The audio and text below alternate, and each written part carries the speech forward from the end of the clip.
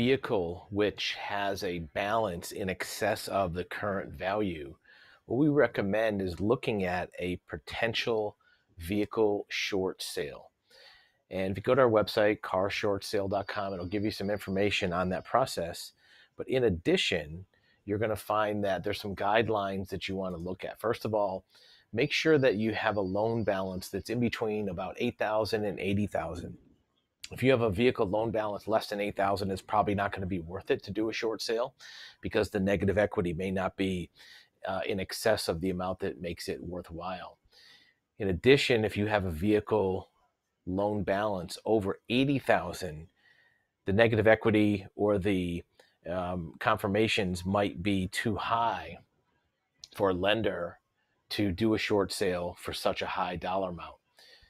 The second guideline that's very common is a negative equity in between $2,000 and $20,000. If the negative equity is less than $2,000, most lenders aren't going to want to do a short sale.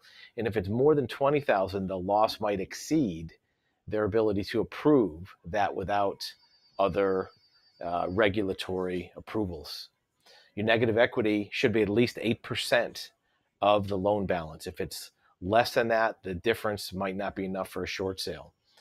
There should be a delinquency on the loan. If you are current on your payments, a short sale may not be considered.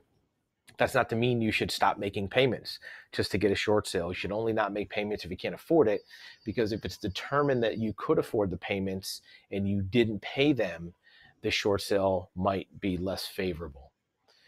If you're speaking to a lender, make sure that you're doing a cooperative conversation. Even if your interest rate's too high, or if the lender has sent you default notices or tried to repossess your vehicle, an adversarial record of communications might be a factor that discourages a lender from doing a short sale. You should always look to put some cash towards a short sale, at least a couple $100 if you can afford it. The more cash you put towards a short sale, the better. Makes your short sale look more favorable to the lender. Always have a third-party relationship, meaning that you don't want to be selling the car to your cousin. If you do that, the lender might look at it like a fraudulent transaction, not a true short sale. And then assumptive debt means that how much of the short sale amount are you willing to assume as debt? If you're, let's say, $8,000 negative equity, if you're willing to at least, say I'll pay back $1,000 or $2,000 over time on a personal loan or unsecured loan, that might be something that makes it more advantageous. So these are some guidelines. Again, check out our website, carshortsale.com. Here's some reasons why vehicle negative equity exists. This was on Credit Karma. Their article says that new cars lose 20% in the first year. So that could put you 20% negative equity right there. Plus, if you roll negative equity from a trade-in vehicle, it can accelerate very, very quickly.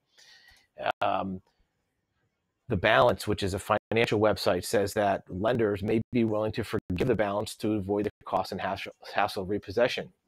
So here's where they talk about how short sales are more common with lenders, and you can read that article. The URL is at the top of the screen. And then the other article that's of interest was in Wiki, where lenders are doing novation agreements, meaning that you can substitute your old loan with a new loan, whether it's you as a borrower or a buyer as a borrower. That's something which is a very common method. So if you do have questions about car short sales, again, check out our website.